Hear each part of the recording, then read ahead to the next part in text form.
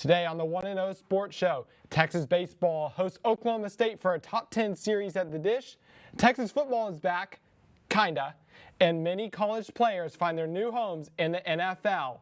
All that and more coming up on the 1-0 Sports Show.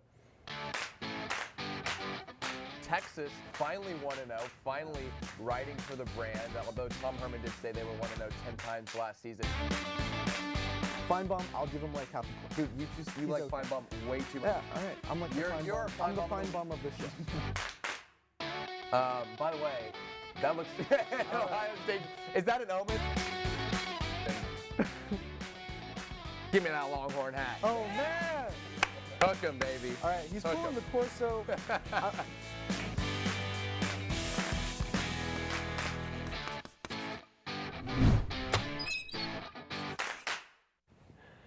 Welcome into the 1-0 Sports Show. I'm Adam Ogburn, joined by senior John Kelley, making his final appearance on the 1-0 Sports Show. John, how are you doing this morning? I'm great, Adam. I passed the test this morning. There you go. And feeling good, ready for the 1-0. Logic test. So you've got a bunch of thinking, you're ready to give us this deep sports analysis. Somewhat, yeah.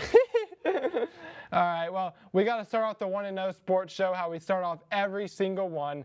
It's time for some who's hot, who's not. John, who's hot for you this week? For me, it's got to be newly 5-time U.S. Quidditch champions, Texas Longhorns Quidditch.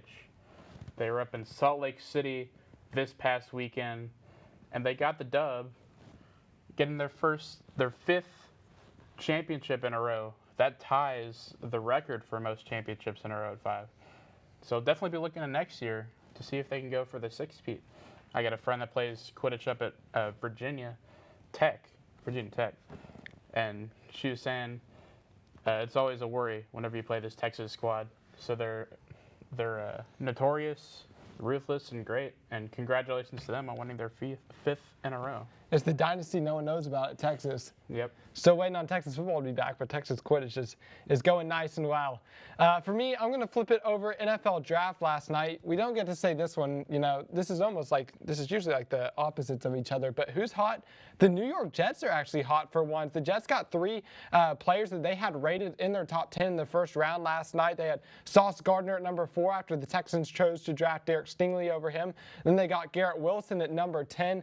And then Jermaine Johnson, a player that people had anywhere going from the top 10 to falling late in the first round. He ended up sliding all the way to 26. The Jets pick him up. A great draft haul for the Jets. They got their quarterback they hope of the future last year in Zach Wilson.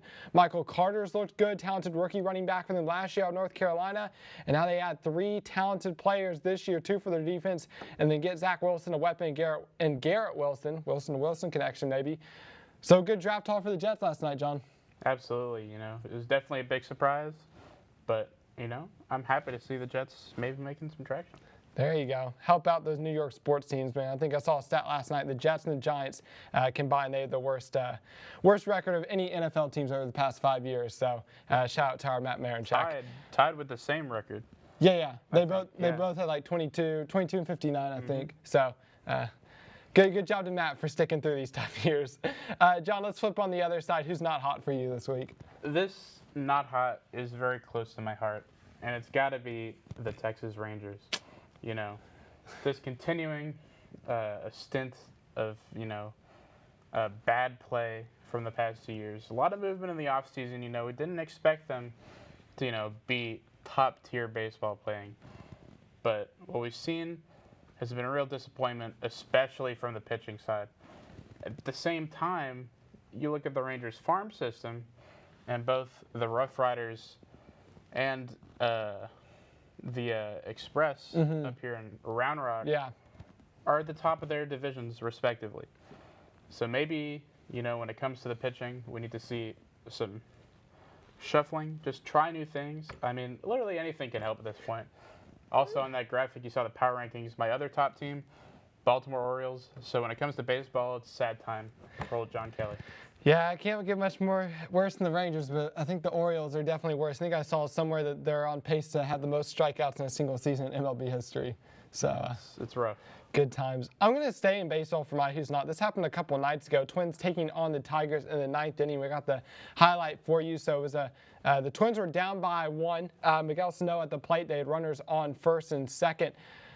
And look, the madness that Sierra Sano hits it into right field.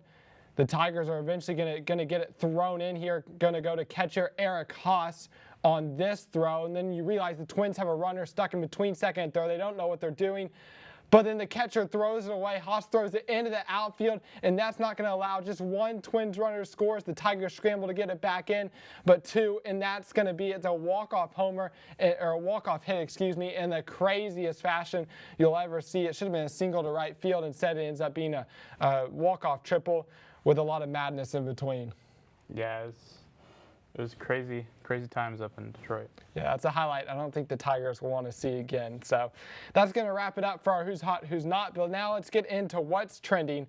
And every year, Texas, we get a little taste of football in the spring, and we did last Saturday.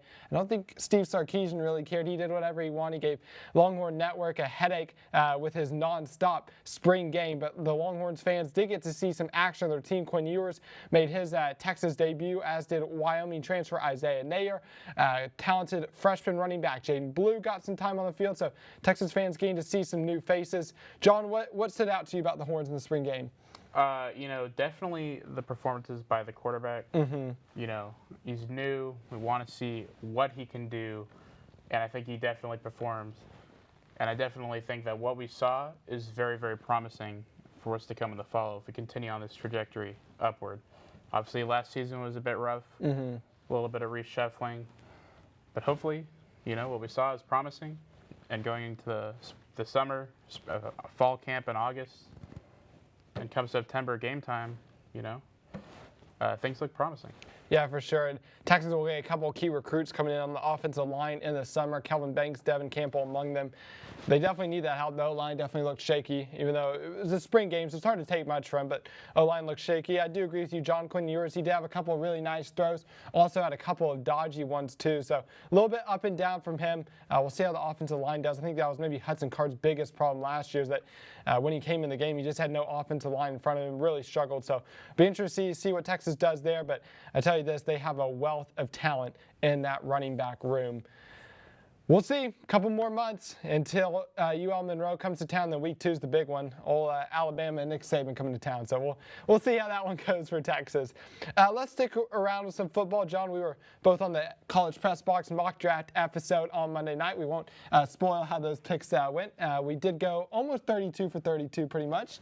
You gotta give or take.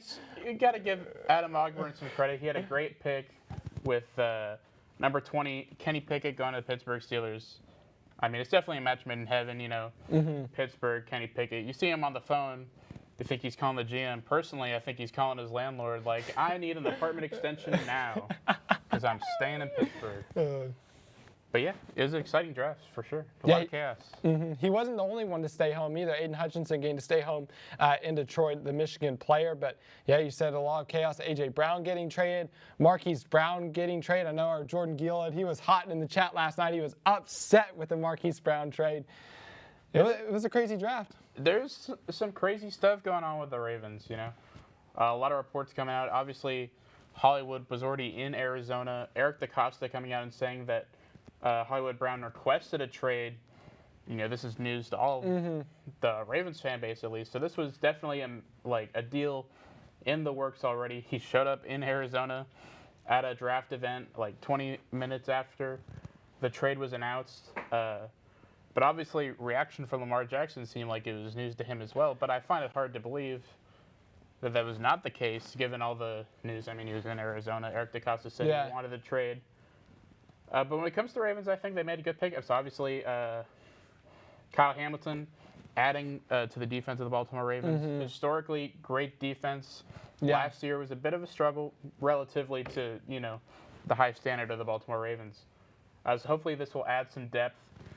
And then also, Tyler Linderbaum, offensive lineman center, definitely add a line of defense for Lamar Jackson. Hopefully, Tyler Linderbaum didn't feel too bad about Lamar Jackson's tweets last night, and then get a good relationship going, as any good O-line and quarterback should.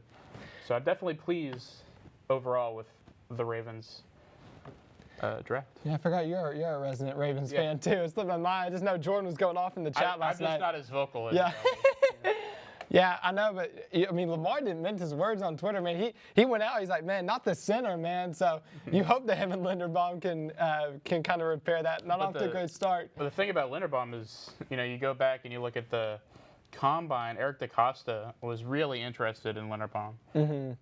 So it's definitely a pick. They got the second pick with the trade, and he was still available. So it definitely seems logical that Eric DeCosta would snap him up immediately, given how interested he was in him at the combine. Yeah, some interesting stuff at the top two. Jaguars go Trayvon Walker, which is essentially looking at athletic potential, maybe over some of the proven, proven talent. No, not talent, but proven stats of Aiden Hutchinson in college. Texans going with Derek Stingley over Sauce Gardner. That pretty much wrecked our entire mock draft. So we blame the Texans. But yeah, crazy first round. Only one quarterback, though. Pickett was the only quarterback taken, so it'll be interesting to see where Malik Willis, Desmond Ridder, Matt Corral, if they come off the board tonight, they probably will over these next couple rounds. It'll be interesting to see. Final topic of the block, we got our resident baseball analyst, John Kelley, here, which I'm glad for. MLB released a letter this week. They were essentially saying a letter from the MLB was made public this week. The letter was all the way back from 2017. It said the Yankees, they were fined $100,000. That was known. But apparently they were relaying information from the replay room to the dugout, either through someone kind of running that information or through telephone calls in the dugout. And they would use that information, get to base runners to help the hitters out, maybe, trying to catch some signs and different things like that. It was forced to come out in public because there's a current trial coming on right now, Olsen versus the MLB, in which a daily fantasy sports contestant basically said that, the MLB misled bettors because if they'd known there was cheating, then they would have bet differently. I mean, I feel like there's always some cheating in baseball. I don't know, John. Where do you kind of stand on this cheating in baseball, this whole Yankees thing? Gosh, it's tough because I feel like in baseball, when it comes to really good baseball, there's a little bit of chaos, whether it comes from, pranks in the bullpen, a little hot foot match with gum on the foot, and other things in general. I think this specific kind of cheating, I feel like it's just an advancement, especially when it comes to the stealing of hand signs. That's something you could eventually work out over time. I believe Mark Rober had a good video on it a couple years ago with an app. So I just think it's part of the game, at least this particular part of cheating with the advancement camera technology. I think there are way worse cheating scandals out there in sports that affect the game. I can see how bettors would be mad because it's altering the game. If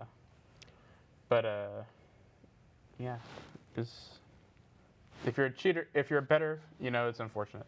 But I don't feel too bad about it otherwise. Well, I think the one thing the MLB's done is I think this year the catchers have like a button they can press on it to relay the pitches or little wrist guard, yeah. Yeah, so I mean that might be a way to kind of get the signs out of baseball instead of having to do stuff that maybe batters can interpret. You can just kind of discreetly press those buttons. Well, that's the thing. Like, I feel like it's always a part of the game. When you have the hand signs, you have the ability to, at least by the end of the game, work out maybe what pitch they're going to call. So if that's if you make that an unspoken rule of the game, there's a lot of unspoken rules in baseball that you could theoretically, you could have binoculars out in the outfield. Yeah. And just watch and take notes. So that could be an unwritten rule part of the game. But with this new technology, that's just impossible unless you start having radio transceivers in the dugout, and, it's World War II, and you're trying to, encode or uncode.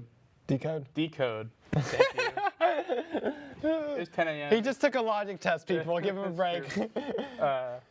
Signals So yeah, this is a very specific case that I think is, a little bit of a gray area when it comes to cheating. Yeah, I think the issue probably is the telephone calls in the dugout, relaying that directly from the replay room. I think, like you said, like runners on second base trying to help out their batter. I feel like that's been done for a while. I think it's the issue when you bring the replay room into it and stuff like that. So we'll see. MLB trying to combat it. So we'll see how that goes on. That's going to do it for A Block for the 1-0 Sports Show, but don't go anywhere when we come back. Edly will join the show as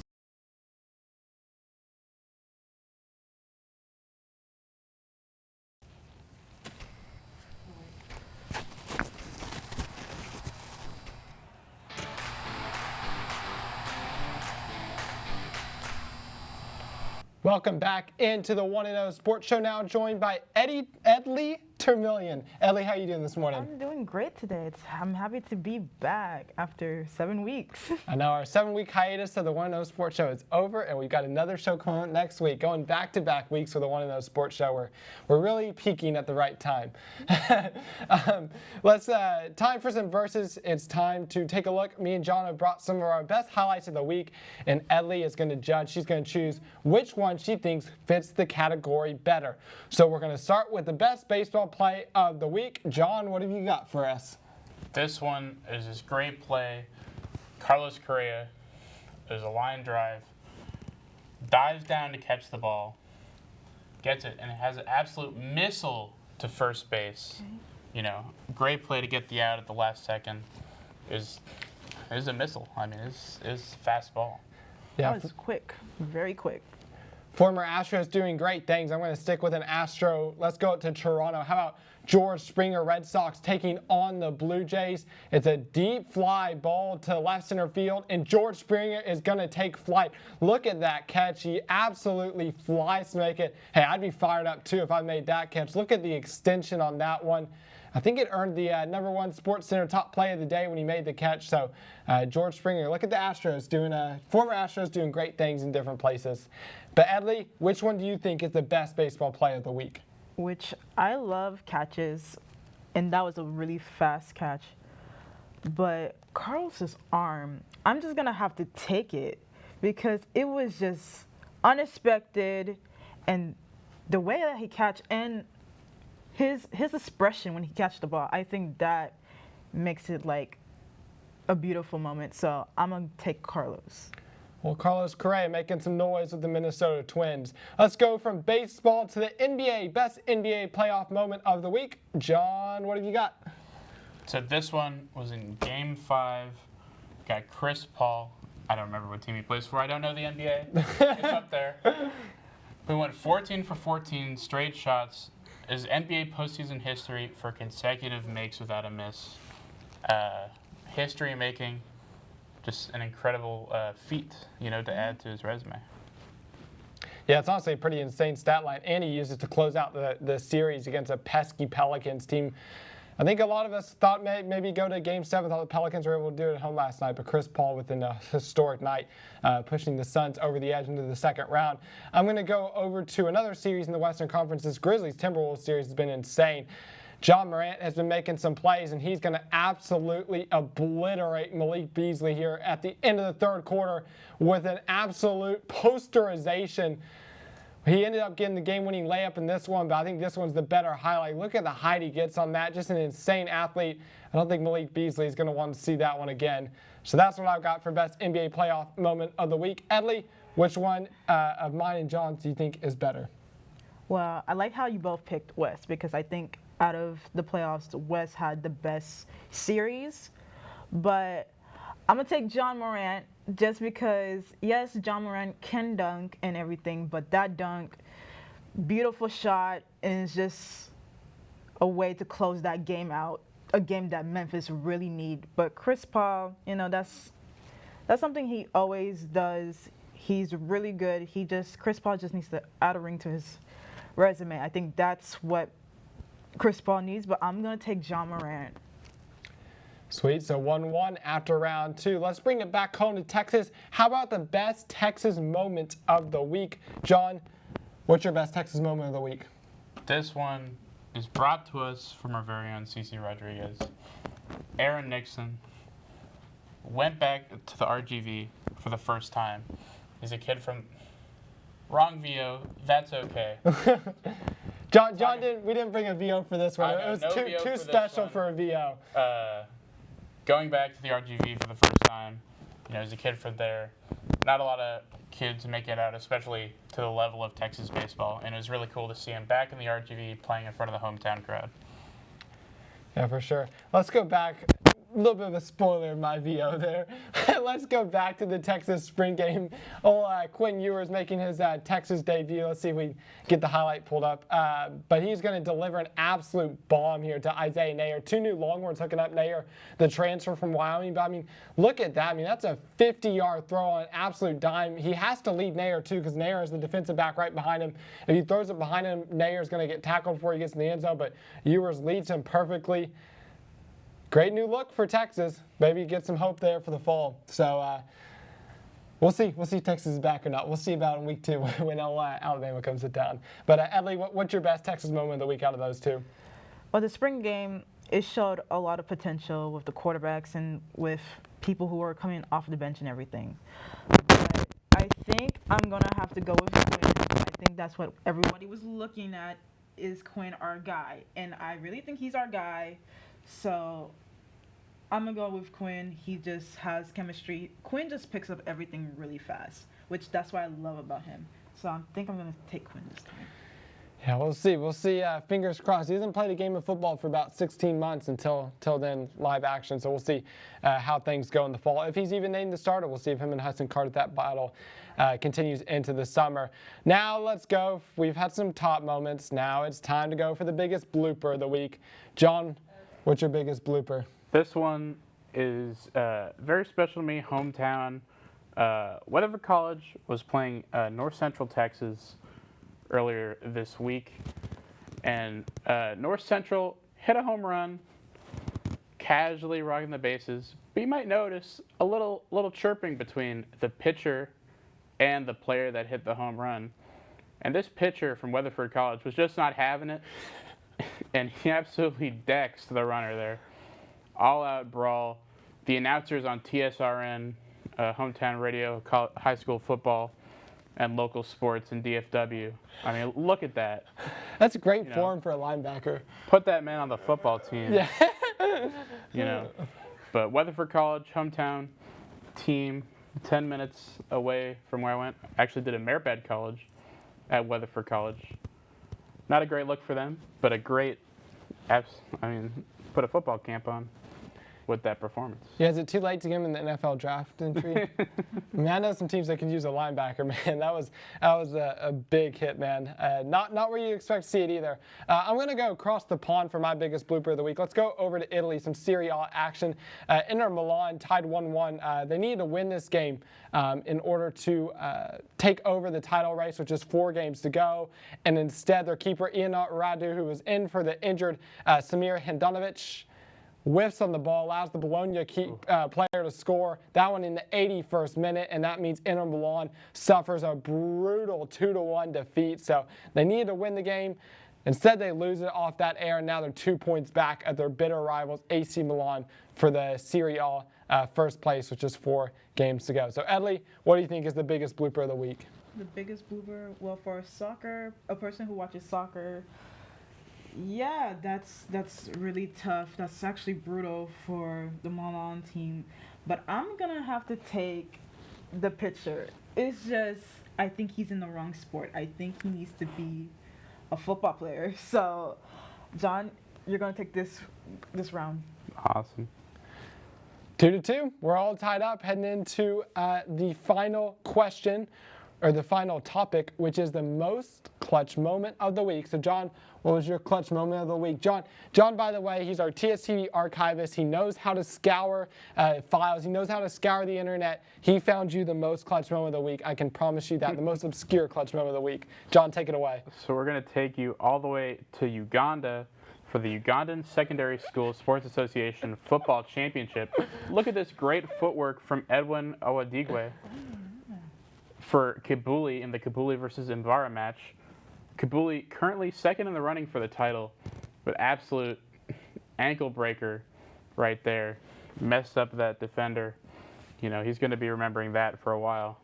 Great footwork there by Edwin Odigwe. That was a heck of a turnout for the Ugandan Secondary Schools Sports Association Football Championship. I mean, that was a packed crowd. Mm-hmm. It's like, man, from my high school, I mean, it was just the parents there, man. We didn't get the crowd, so I don't know. I guess they love their soccer in Uganda. For me, I'm going to bring it back stateside. This most clutch moment actually took place in the stands. Let's take a look at it. Reds taking on the Padres earlier this week. It's going to be a foul ball by the Padres batter. And look at this dad here as the ball goes into the stands. Look at that. He's going to make the grab one-handed while feeding his baby in the other arm. So, I mean, look at the dads. I mean, not all heroes wear capes, but look at that grab. Stays seated, gets the baby secure, making sure the baby's still got the bottle in its mouth, makes the grab with the other hand. I mean, that's just a fantastic dad moment, just really great form. Don't drop the baby, keep the baby secure, and then bring down the baseball with the other arm. I mean, that's perfect form. That should be, honestly, a lesson video, an example video for dads everywhere. Edly, what's your most clutch moment of the week? Are we going with dads or are we going to Uganda? You know what? I love your dedication, just finding places all over the world. And, with the dad, I think he's going to have a great happy Father's Day gift.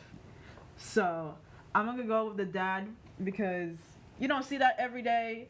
And I think he's going to be best dad of the year. So I'm going to go with That's that. fair. Definitely dad of the year. Don't drop the clutch baby. of the moment. I imagine his wife and or husband, depending on the relationship, is probably not happy. Like, you let the baby be in the line? I think his wife was next to him. I'm not sure. We have to look at the clip again, but I think she was kind of celebrating. She may have just been celebrating that he didn't drop the baby. Yeah, maybe. I don't know. But if I had a baby and a ball is coming at it, I'd at least try to, not put it all on the fact that I might be able to catch it, He wanted a souvenir to take home with him to the ballpark, man. Yeah. All right, that will do it for our Versus segment of the week. Some great highlights there. When we come back, it'll be time for some BS or real talk. We'll tell you which topics, which storylines you should believe, and which ones you should not. NBA, college football, and more, all coming up on the One and O Sports Show.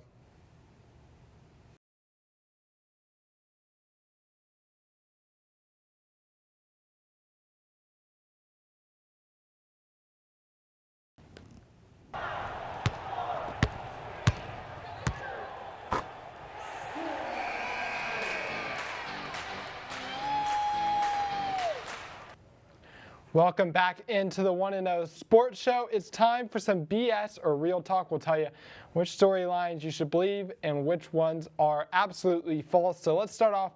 NBA playoffs going on right now. The Golden State Warriors, they're currently the favorites to win the title after most of the first round of games have concluded. So, BS or real talk, the Warriors will win the NBA title. Edly, let's start with you. Real talk. You just have to trust the process, and a lot of teams are trying to put superstars together and tell them to go win a title. It doesn't work that way. Steph Curry, Draymond Green, Klay Thompson, and Jordan Poole were all drafted by the Golden State Warriors. It's all about patience. I remember when everybody wanted Klay to be back. He sped up his process, and he got hurt again. And Jordan Poole, he had to go to the G League because he was not ready coming out of Murray State. So Poole averaged 18.5 points in the regular season, and in this Nuggets series, he was averaging 24.2 points. So it's all about chemistry, and it's all about you have to trust young people. And it's also kind of like the Suns last year. They have their veteran, and Steph Curry, Draymond Green, they are the veterans, and they're just letting Klay and Poole do their thing. And so I really think they can go all the way. The Memphis Grizzlies, if they win their series, they don't have the veteran that's going to guide them. And they just have more experience than the Mavs and the Suns. Even though the Suns went to the finals last year, it's just Draymond Green and Klay Thompson and Steph Curry. They just know the finals era. They just know what to do in these moments. So it's really real talk. Yeah, I'm going to agree with you that, Edly. I'm going to say real talk. I mean, this just feels like, the Warriors, they found this new kind of death lineup with Curry, Thompson, Jordan Poole, you talked about. And then you got Draymond Green and Andrew Wiggins, who's playing some of the best basketball of his career. Curry, Thompson, Jordan Poole, they all averaged 20 points a game against the Nuggets. So now you essentially have the splash triplets who are going to be causing you nightmares. And then Green and Wiggins, like you said, they've had the experience. A lot of these guys have been here before, but, they're all hometown developed. So, the Suns will have to see how they do now that Devin Booker's back in the fray. Obviously struggle at times against the Pelicans.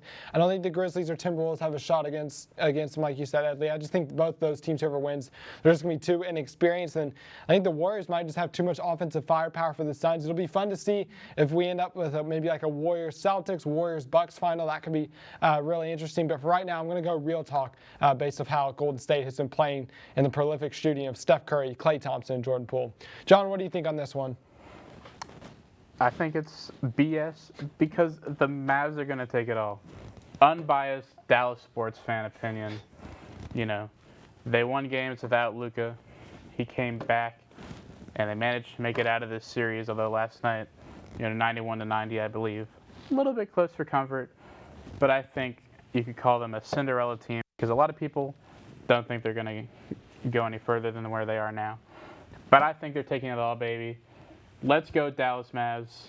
Bring back the green logo and jersey. Yeah, the Jazz had a wide open three at the end, and they missed it, though. And old Luka and company's going to the next round. It'll be fun to see them play the Suns. That'll be a good series to watch. We've already talked a little bit about Texas football today, but off the spring game, this is kind of our one chance during the spring to really talk about Texas football. So we're going to go BS or real talk. Texas football will win double-digit games next year. John, what do you think?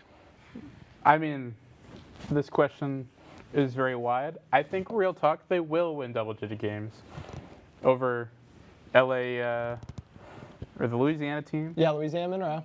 Kansas. Mm-hmm. That's two right there. Yep. I think. Eight more to go. Based on what we saw the other day, the trajectory going up, like I said earlier. So at least two by double digits. So I think it's real talk. Okay. Oh man, it wouldn't be the One No Sports Show without John Kelley circumventing a question.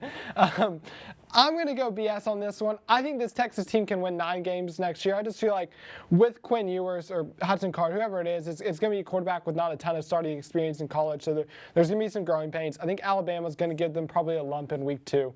And then just the offensive line. The offensive line looked really shaky in the spring game. It makes me nervous. Texas has an insane array of skill position players. They got 4 solid running backs: Bijan Robinson, Keelan Robinson, Roschon Johnson, and Jonathan Brooks. You've got talented wide receivers. You've got Ajayi Hall coming in, and that's already with Xavier Worthy here. Isaiah Nair looked good. This is a Texas team loaded at the skill positions, but just the offensive line, inexperienced quarterbacks, it makes me nervous. I think Texas slip up to Alabama. I think they'll slip up a couple more times in conference play. So I think they get close. I've seen some hype that, number 16 the FPI, 11-1 projected record. I wouldn't drink all the Kool-Aid just yet. I think this is going to be a much better Texas team than last year, but I don't know if they're going to be an elite Texas team yet like some are thinking. Edly, what do you think? I was stuck in the middle, but I'm going to say BS. From the spring game, the chemistry is kind of there, kind of not. I think the defense has a better chemistry than the offense, and I think that's the problem. But what was missing from the quarterbacks was a true leader. And so I think once the quarterbacks get into their leadership positions and trying to lead the way, they kind of need to put in their Sam Engler type of persona, give them confidence. Mm-hmm. I think that was missing from the quarterback room. And also, Quinn was a little shaky, and I think and Hudson too, I think that's the problem. It's going to be growing pains for both quarterbacks. I see them winning 8 games, actually. I think there's going to be maybe a fluke game. Maybe they play Kansas and we lose to Kansas again. Yeah, better not. Someone's getting fired if we lose to Kansas again, or Texas. But Carr, I don't see him hesitating anymore. I think he's now comfortable in the pocket. But, yeah, again, Nick Saban is coming to Austin. So, yeah. And Baylor, even though they're losing a lot of people, they're still a strong team. And we're actually playing UTSA next year.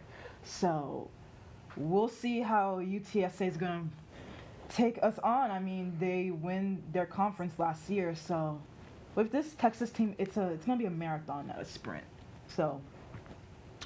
Yeah, we will see. We will see here in about 4 months' time. Week 1 is slowly coming up, so we've made it about halfway through the offseason. Let's go stay in football over to the NFL.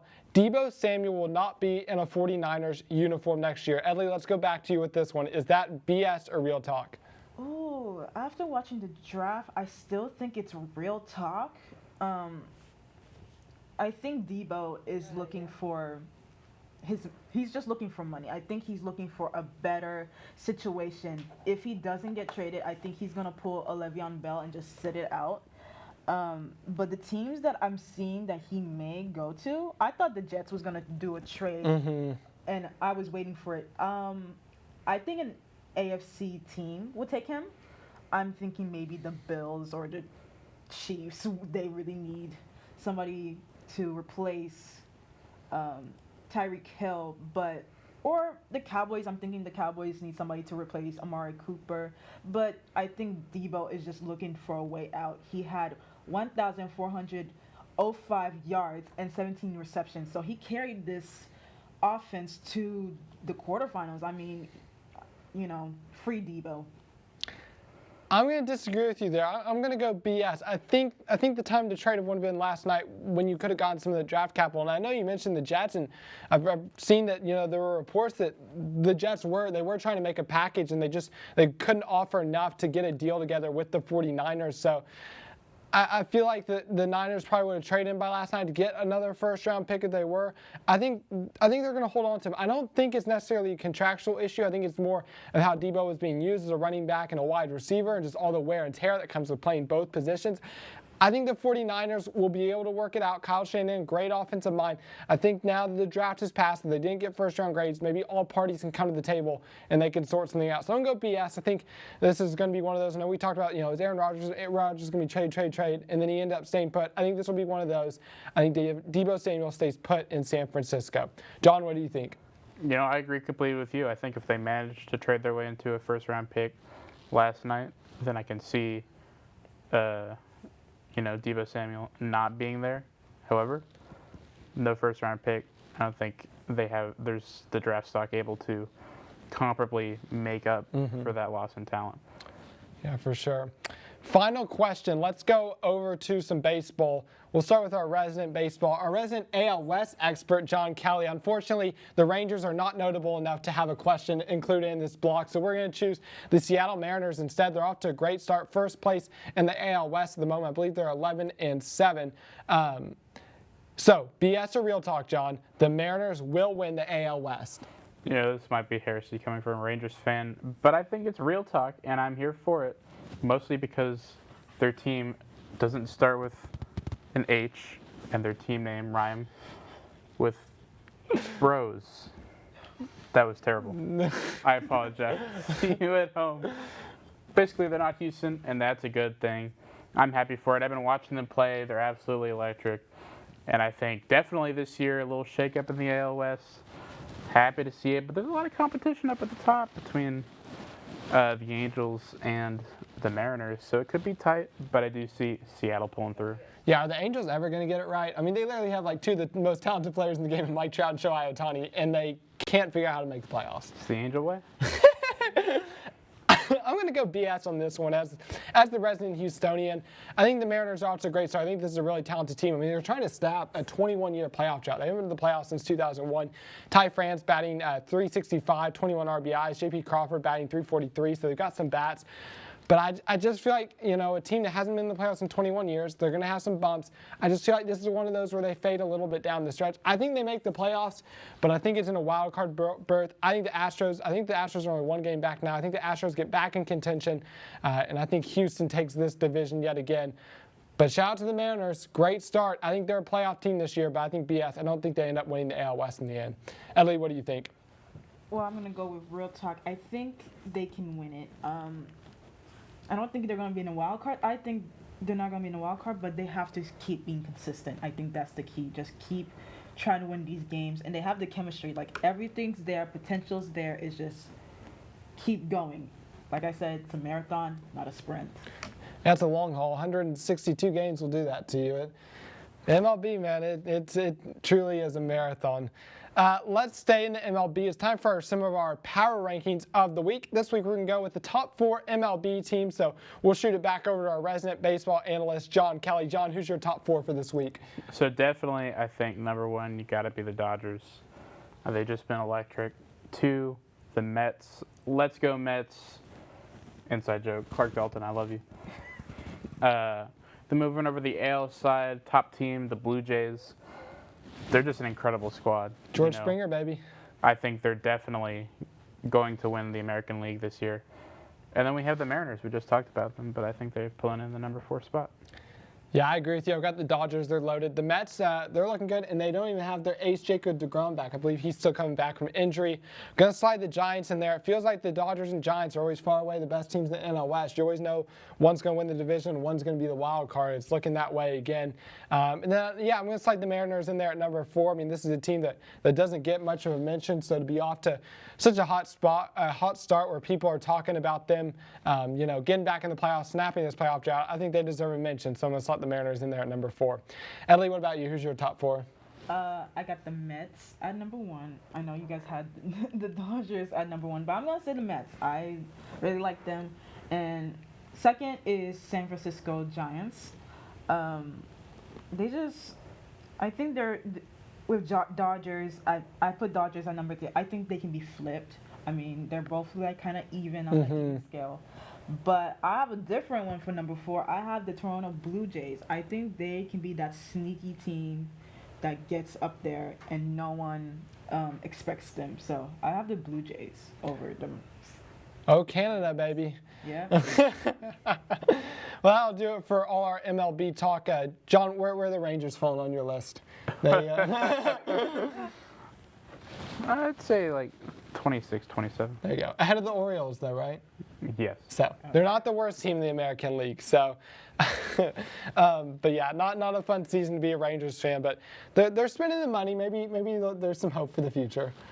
Hopefully so. We will see. That'll do it for our block. When we come back, though, Daily Texan baseball reporter Hunter Dworaczyk, he's going to join the show, break down all you need to know about Longhorn baseball and a big series of the dish this weekend. Number 8, Okie State coming to town, as Drew Jacob calls them, the old dirt burglars. We'll break down all you need to know about that series and more when we come back on the 1-0 Sports Show.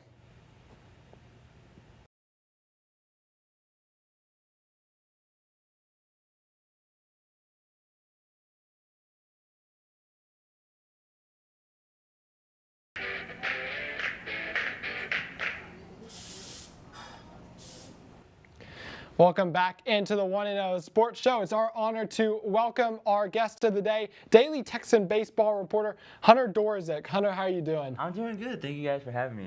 Yeah, for sure, man. Great having you on. How's it been? First, just basic question. How's it been covering Texas baseball this year? Oh man, I feel like this is the year to cover Texas baseball. Just in college baseball in general. They had the MLB lockout, and so a lot of eyes have been focused on college baseball. So it's been a huge gift to be able to cover college baseball this year. Yeah, for sure. Let's start first question. Let's look back. Obviously, Texas has a big series upcoming this weekend, but how about last weekend, man? They drop-kicked Baylor back up I-35 to Waco. 3 huge wins for the Longhorns after a kind of weird midweek series against Air Force where they gave up a ton of runs. So what kind of came together, you think, for the Longhorns to have such a successful series against Baylor? Yeah, the thing that jumps off the page, just the offensive output that this team put on. They had 14 home runs, which, that's 5 one game, 4 another game, 5 one game. It's not like they just loaded them all in one game. Yeah. And then they had 46 total runs, which is a Texas record in a Big 12 series. So just the offense, and then also the bullpen. I believe they did not give up a single run the whole entire series. So just offensive output, good pitching, which, that's just baseball, I guess. Yeah, that bullpen stat's a minor miracle considering how this Texas season has gone. But yeah, focusing on the pitching, obviously there's a little bit of a struggle last week with Air Force. What do you think? Do you think there's improvement to be had for this Texas bullpen? Yeah, there's definitely been a lot of bullpen struggles this year. They've blown games they shouldn't have blown, and just overall pretty inconsistent this year. So I think the key for Texas pitching in general is going to be just sort of piecing together the bullpen outings because they have the talent. Zane Morehouse, he picked up the start against UTRGV, and he delivered I think 5 2/3 inning and gave up 2 hits and one run, and he's been impressive just throughout the year. Freshman Luke Harrison's been put in some big spots early. I think the big key is going to be Aaron Nixon.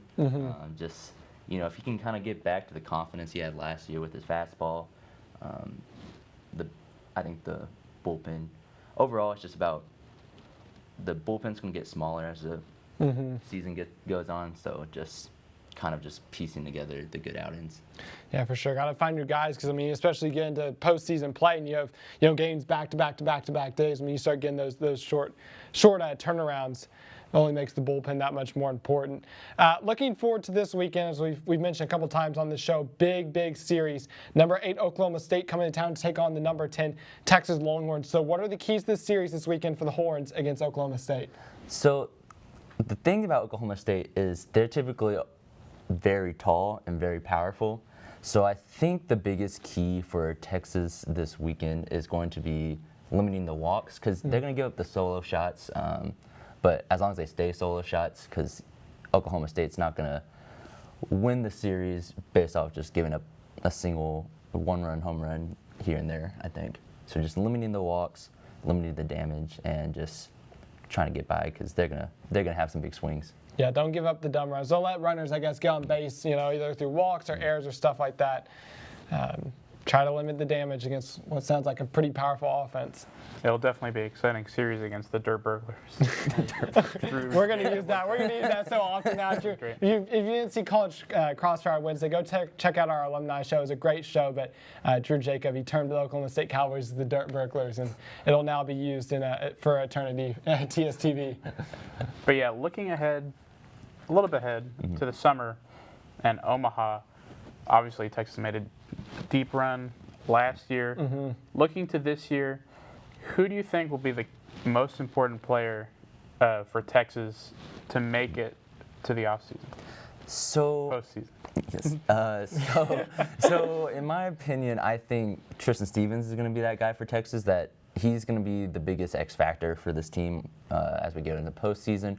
He had an awesome season last year, but he himself yesterday described this season as kind of almost a roller coaster. He's had some good outings. He gave up 0 runs the first 3 games, including a game against LSU, which has been typically a high-powered offense. And then he's kind of struggled. He had a really bad outing against Texas Tech. Didn't record it out, I don't think. And so right now he's sitting at like a 5-4 record.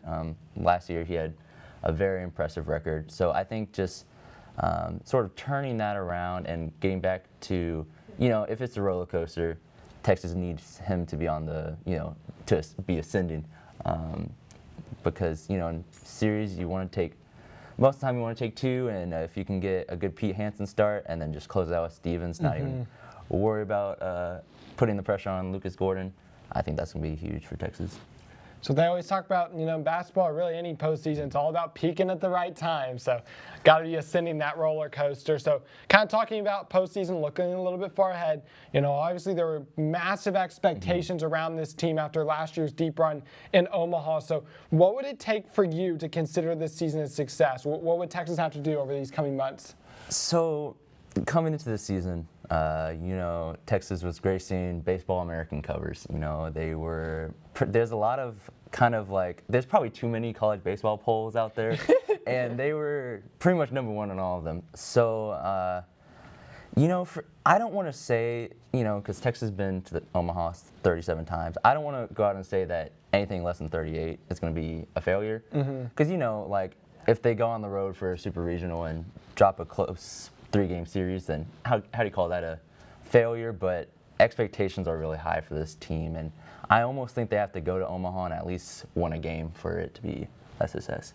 I do think, well, let's go check on the archives, but I think on our last show, going back about a month and a half, I think Jordan Mitchell, who's the other Daily Texan baseball reporter, she came on this show, and she said Texas would win a national championship. So we'll see how that one turns out. So, Jordan, we're going to hold you to that. So we'll check back in about 2 months. John, you want to bring us home? Yep. So now you got to put your reputation on the line. man.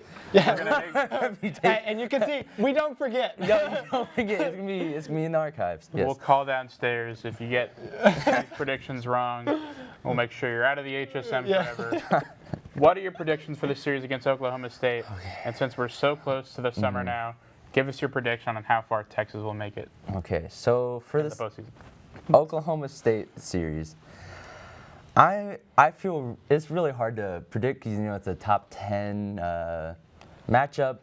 I think Texas is coming in. They're on a good momentum. I think they've won maybe their last 5 games. Oklahoma State's kind of coming off of a tough series loss against TCU, I want to say. I think Texas will get the series win. I think they might drop either the Saturday or, the Friday pitcher is really good for Oklahoma State, so it might be tough to get the win. I think this first game is going to be really crucial. A sweep's possible, but against the top 10 seed, I feel uncomfortable predicting a sweep. For sure. Now, how far do you think Texas is going to go in the postseason? So I think this team, if they are, projecting like they are, I think they'll probably coast into a top 8 national seed, and this team's, I think, 18-4 at home this year. So if they get the national seed, I think they'll have a good shot to get past the regional and super regional, and so I guess if I had to make a prediction, I'd say probably going to be Omaha bound. But, anything can happen in college baseball. And as far as Omaha itself, anything can happen. So that's all I feel comfortable saying about that. You heard it here first from Hunter. Book your plane tickets to Omaha today. But man, we'll see. It's going to be a fun series. Apparently, it sounds like there's going to be a ton of offense. Oh, there will be. Well, Hunter, thank you so much for joining us today on the 1-0 Sports Show. It's going to be fun to watch this Texas team over the next couple of months. So, yeah, hopefully we'll be in Omaha. Hopefully we'll be talking about Omaha in a couple of months. Yeah, if you want to bring me or Jordan back to give an Omaha preview, Hey, there you go. Yeah, there you go. We'll bring Jordan back and she can talk about the national championship prediction. We'll see how that one's going here in a couple of months. But, Hunter, thanks for joining us today. When we come back, we got one last segment for you. It's time to make our picks of the week. Edly will rejoin us, and we'll go from basketball to soccer to some baseball. All that and more coming up on the 1-0 Sports Show.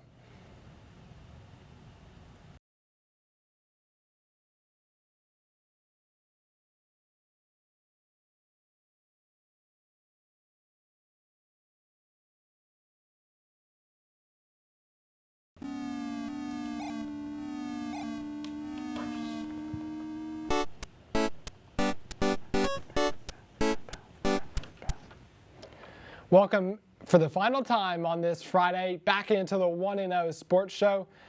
It's time for how we end every 1-0 Sports Show. It's time for some pick'ems, and man, we have a wide variety of sports to talk about today. Unfortunately, though, the Ugandan Secondary School Championships didn't make the cut. It was almost there. It was our 11th selection, so maybe you can turn over to our friends at TSTV Africa for the preview on that one. But let's get straight into pick'ems. Truth be told, we had a long list of NBA games, and all of them ended in about 5 or 6 games. So the one first-round series that's still going on, Grizzlies at the Timberwolves. Game 6 in that one, Grizzlies up 3-2. Edly, who do you have in Game 6? I got the Timberwolves. I think throughout this series, it's all about home court advantage, and both teams don't really have a veteran to close this out. So I think it's going to be a 7-game series, but Timberwolves got it tonight. Great pick, Edly. Great pick. I think it's going to 7-2. The Timberwolves keep blowing these double-digit leads. They put themselves in such good positions, and then they never finish it off. But I think in front of the home crowd, they do finish it off. I like Anthony Edwards and Karl-Anthony Towns. Rise to the occasion. Let's go to Game 7 in this one. I'm going to defer to y'all's judgment on the NBA question. Timberwolves it is, with the sweep on the panel. Clean sweep from Minnesota. Let's see if the Twins will get as much love as their counterparts up in the land of 10,000 lakes, I think. Twins, they were traveling down south to take on the Tampa Bay Rays 6-10 tonight.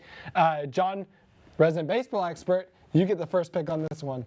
Give me Tampa, home of my MLB The Show player, Big Daddy Boomer. Well, unfortunately for the Rays, the Big Daddy Boomer, he's not in the lineup tonight. The Twins have Dylan Bundy on the mound. He has just a .59 ERA, went 5 2/3 scoreless last time out. So give me the Twins to squeak out a close one on the road against the Rays. Edly? I got the Twins also. I just agree with your point, and I think it's going to be a tight game, but give me Twins. Let's go Angels and White Sox. John, we're going to keep going down to you on these baseball ones. Who do you have in this one? All right, this one, I got the Angels. You know, last year I was really hot to try on the White Sox. I said they were my pick to win the World Series. But this year, you know, I got to give credit to the AL West teams. I think the Angels will be able to pull it through in Chicago. I think that is a great pick, John. That game 6-10 tonight. Noah Syndergaard on the mound for the Angels. He's an ace. The White Sox have their ace, Lucas Giolito, on the mound, but Giolito coming back from injury may not be able to go as long as Syndergaard. So give me Syndergaard to lead the Angels past the White Sox tonight. What do you think, Edly? Not so fast for the both of you. I've got the White Sox. They just have the chemistry. I believe in the White Sox, and the Angels are just not consistent. So give me the White Sox. The Angels, they find ways to waste talent every single year. Poor Mike Trout and Shohei Ohtani. John's going to like this one. The Braves against the Rangers. I don't think there's much pitching between these two teams, so it could be a lot of offense. 7:05 tonight. John, what's your pick on this one? Are you going with the hometown team? Absolutely. You know, I have to agree. Not a lot of pitching going on between these two teams. And you look at the Rangers offense, you know, they've been able to keep up with teams. They're stacked on offense. I think they'll outscore the Braves on this one. I'm going to say not so fast on this one. The Braves just got Ronald Acuna back in the lineup. He's returning from a torn ACL. I think that's going to spell trouble for the Rangers. I do agree with John. I think it's going to be whatever team outscores the other in this series. I'm going to go with the Braves to outscore the Rangers in Game 1 tonight. Ellie, what do you think? I got the Braves also. I think it's going to be tight again, but the Braves just going to stick it out. There we go. Let's move on to some soccer. We're diving deep into the picks on this one. How about hometown Austin FC taking on Houston Dynamo tomorrow, 12:30? That game in Houston, a little Texas derby. What do you think, Edly? Who do you have in this one? I got the Austin FC just by a goal. I think it's going to be like a last-second thing. I think it's going to be like the 90-minute goal because both teams, they just give tie, but I think Austin FC has a leverage in this one. Funny thing you mentioned that. The Dynamo actually lost to FC Dallas last time out in the 90th minute, their Texas rival. I think this is going to be a close game. The Dynamo have picked up. They're in 7th right now. Austin FC, great start. They're up in 2nd. They knocked off Vancouver 3-0 last time out. 2 goals by Maximiliano Urruti. But I just feel like Texas rivalry game in Houston, Austin FC going on the road. I think it's going to be too close to call. I'm going to go draw in this one. John, what do you think? I would have to take the Dynamo on this one. You know, hometown team, they got that little bit of an edge. But honestly, Texas soccer and MLS has been surprisingly good this year. Eric Goodman, former sports director at TSTV, wrote a great article about all 3 teams, Dallas FC, FC Dallas, Austin FC, and Houston Dynamo. But I think that hometown advantage is just going to give them a little bit of an edge. I think we're all in consensus that this is, you know, it's going to be a very close game. But I think that hometown advantage is going to give them the edge on this one. Yeah, we're split on that one 3 different ways, so we'll see how that one ends up. Let's go forward to this Sunday. We're going to go back to the NBA. Bucks taking on the Celtics. That'll be Game 1 of the Eastern Conference semifinals. So, Edly, who do you think is taking Game 1? I have a prediction that this series is going to be a long series, and I think this is the series that everybody's been waiting for, actually. So, but give me Giannis and the Bucks. I just think they have, again, experience, and I think it's going to be a tight game. I think it's going to probably be 2 points different, but give me the Bucks. I'm going to say not so fast on that one. I think the Celtics are coming off that sweep of the Nets.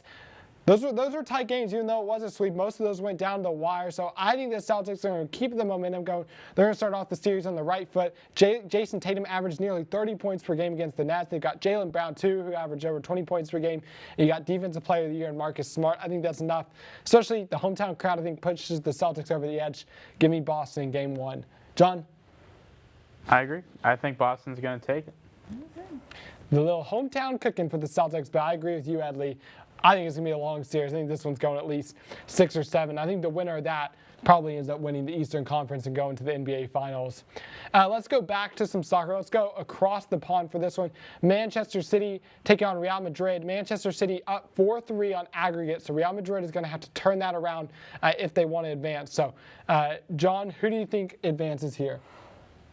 Advances? Yes. I think Man City's going to overall win it on aggregate. I think probably Real Madrid will win the game, but I think just based on goals, I think it's going to be a fairly high-scoring game for soccer. So I think Man City is going to be able to keep it, in the wheelhouse. I'm going to flip on this one now. The interesting thing, too, is they got rid of away goals this year, which would have been a huge advantage for Real Madrid because they would have had 3 away goals from the first leg.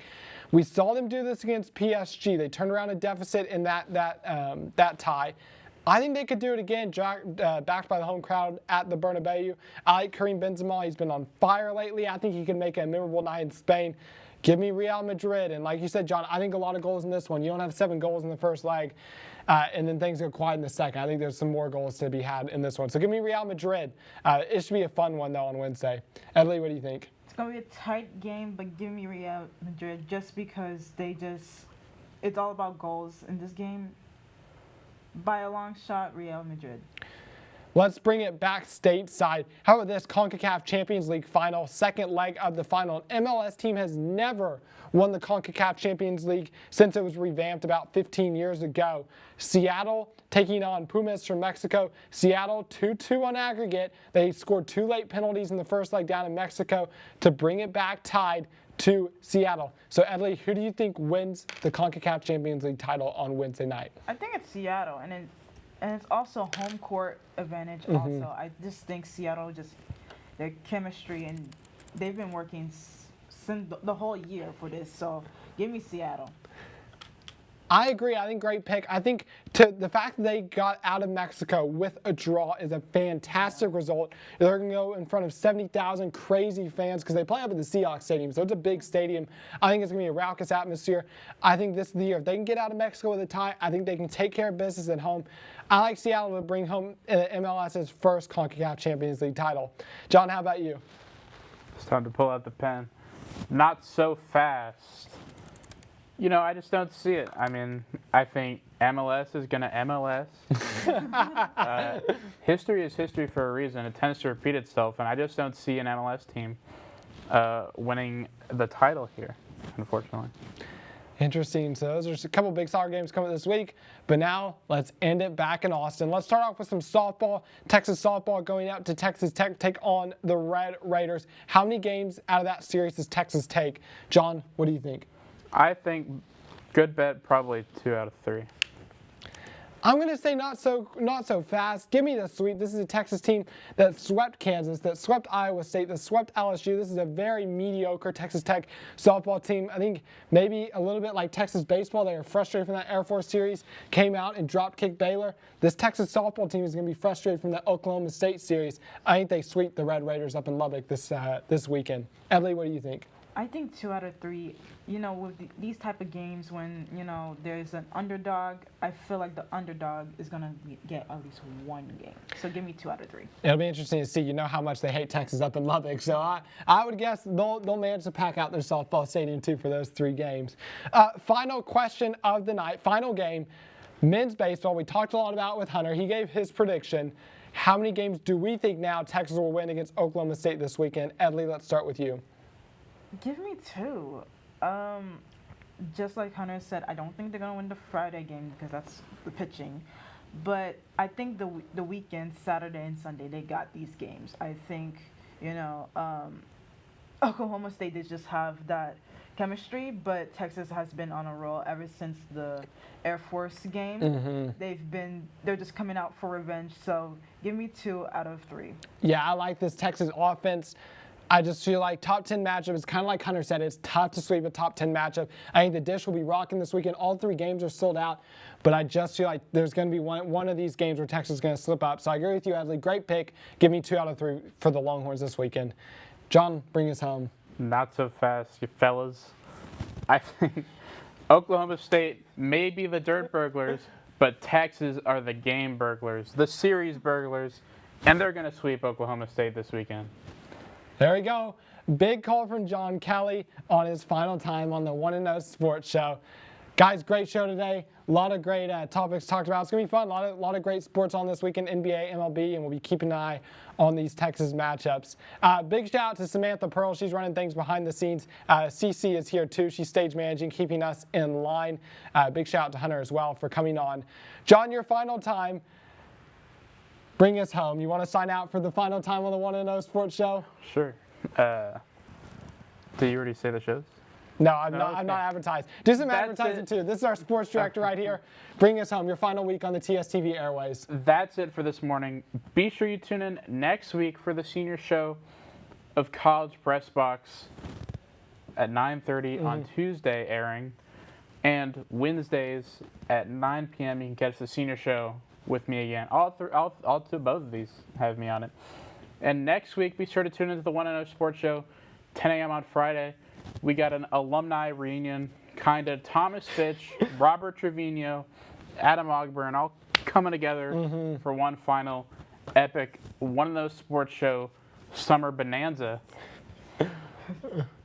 And yeah, You're really hyping us up for next week. I know. It'll be an exciting show. I'll be in master control, but It'll be good to have Thomas back, It'll Thomas and Robert. They started the show from the ground up at 7 a.m. yep. But on behalf of Adam Ogburn, Edly Termillien, everyone in studio and master control, I'm John Kelley. Have a great morning.